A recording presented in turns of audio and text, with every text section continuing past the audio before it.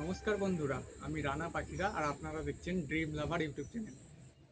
কয়েকদিন আগে আমি আপনাদেরকে দেখেছিলাম বাগান বিলাসের ডাল থেকে কিভাবে আপনারা চারা তৈরি করতে পারবেন এবং তার পরবর্তীকালে চারা তৈরি হয়ে যাওয়ার পর তার আপডেটও আমি আপনাদের সাথে শেয়ার করেছি।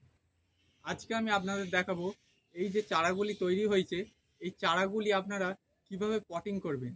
কারণ বেশিরভাগ মানুষ এই সময়টাতেই ভুল করেন, যার কারণে তাদের চারা গাছগুলো এরকম সুন্দর অবস্থার থাকার পরও মারা যায়। তাই কিভাবে আপনারা এই চারা গাছগুলিকে প্রতিস্থাপন করবেন, যার কারণে এই চারাগুলি যেন অক্ষতভাবে খুব সুন্দরভাবে বেঁচে থাকে, সেই ভিডিওই আজকে আমি আপনাদের দেখাবো।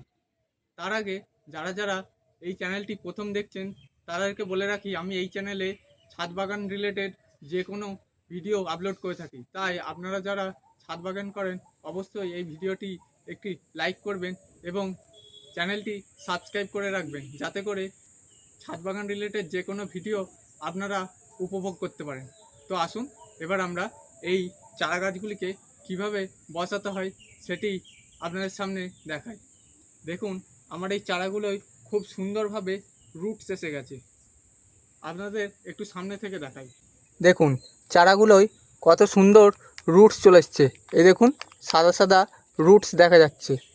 তাই আপনারা যারা কিভাবে ডাল কাটিংয়ের মাধ্যমে চারা তৈরি করতে হয় সেই ভিডিও দেখেননি, তারা অবশ্যই সেই ভিডিওগুলি দেখে আসবেন।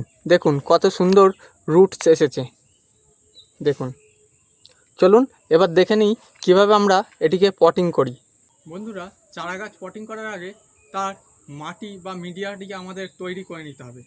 এর মাটি কেমন করতে হবে? খুব সাধারণ, কোনো রকম সার এই মাটিতে প্রয়োগ করা যাবে না। শুধুমাত্র প্লেন মাটি, বালি এবং কম্পোস্ট দিয়ে মাটি তৈরি করতে হবে। আমি এখানে নিয়েছি 40% গার্ডেন সয়েল বা মাটি, 40% বালি, আর নিয়েছি 20% ভার্মি কম্পোস্ট। আপনারা ভার্মি কম্পোস্টের জায়গায় কাউডাং কম্পোস্ট অথবা পাতা পচা সারও ব্যবহার করতে পারেন। তবে অবশ্যই গোবর সার যদি ব্যবহার করেন সেটি কমপক্ষে হলেও 1 বছরের পুরনো ব্যবহার করতে হবে। তো এবার এই 3টি উপাদান আমাদের খুব ভালোভাবে প্রথমে মিশিয়ে নিতে হবে। আমরা মাটিটি আগে তৈরি করে নিই।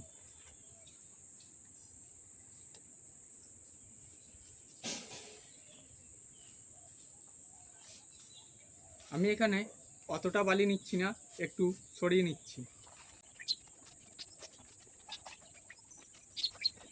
দেখুন, খুব ভালো করে মাটিটা মিশিয়ে নেওয়ার পর খুব সুন্দর ঝুরঝুরে হয়েছে। এই মাটিতে আশা করি জল দাঁড়াবে না।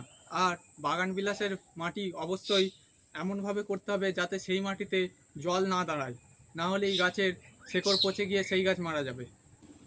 এরপরে এই যে চারা গাছগুলি বসাবো, সবার প্রথমে খুব বড় জায়গায় এদেরকে দেওয়া যাবে না। তার জন্য আমি এই ধরনের 4 ইঞ্চির গ্রো ব্যাগ ব্যবহার করছি। এই পাত্রে মাটি ভরে নিতে হবে।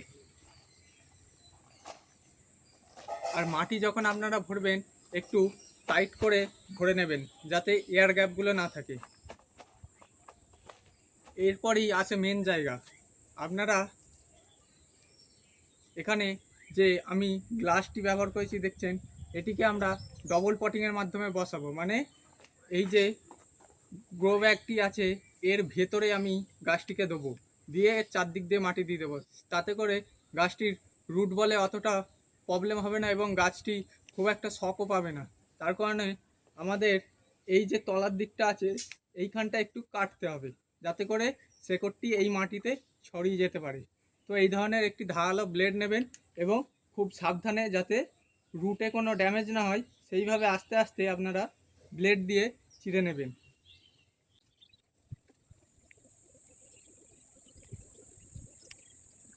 দেখুন, আমি চিড়ে নিয়েছি।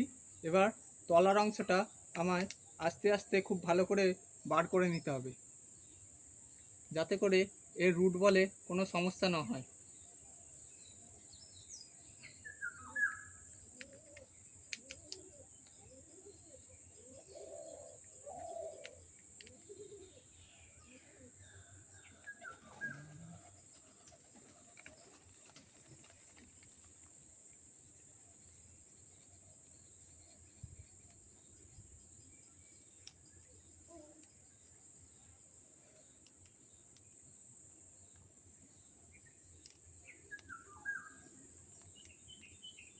যেহেতু উপরে বালি দেওয়া ছিল, দেখুন সমস্ত বালিটাই ঝরে গেল, তাই আমি এটিকে আর উপরে বালিটি রাখবো না এবং এই গ্লাসটিকেও আমি কেটে ফেলে দেবো।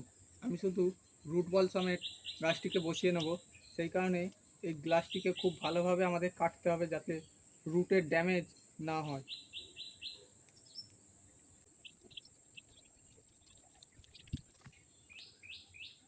দেখুন খুলে নিয়েছি, উপরের গ্লাসটিকেও আমি কেটে নেব।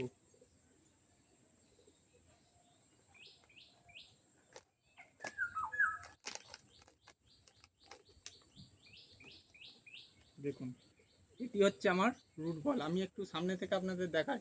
এই দেখুন এটি রুট বল, এই যে শেকড় দেখা যাচ্ছে এবং পুরো গাছটি হচ্ছে এটি। তো এটিকে এবার আমরা পটিং করে আপনাদের দেখাই। এবার আমরা এটিকে ঠিক মিডিল বরাবর বসাবো এবং এর চারধার দিয়ে মাটি দিয়ে ভর্তি করে দেবো।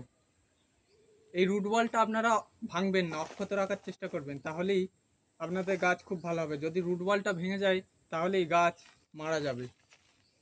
যখন আপনারা মাটিতে দেবেন একটু ভালো করে চেপে চেপে দেবেন।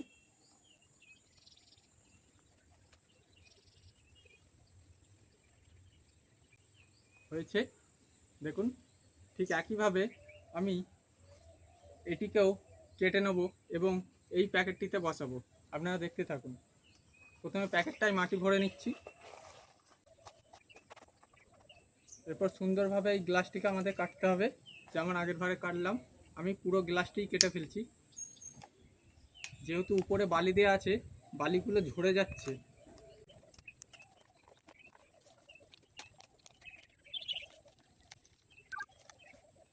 যে দেখুন, এবার এটিকে মিডিল বরাবর বসিয়ে দেব আর মাটি দিয়ে ভর্তি করে দেবো।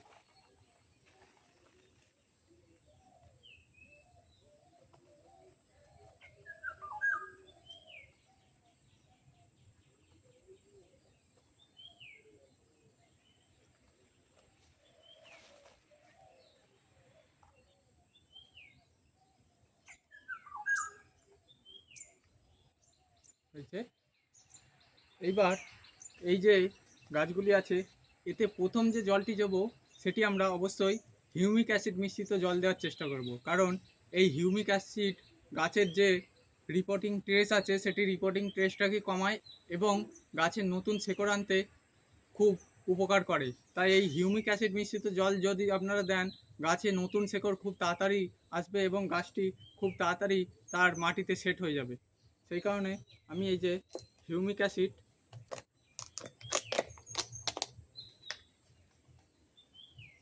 হিউমিক অ্যাসিড 1 লিটার জলে 1 চামচ মতো দিয়ে ভালো করে গুলিয়ে নেব।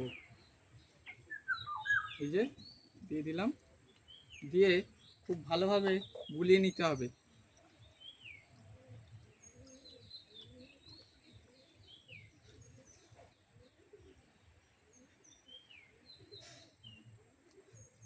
তারপর গোটা গাছের এতে ভালো করে প্রথম জলটা ভালো করে দিয়ে দিতে হবে যাতে এর রুটস অবধি জলটা পৌঁছে যায়।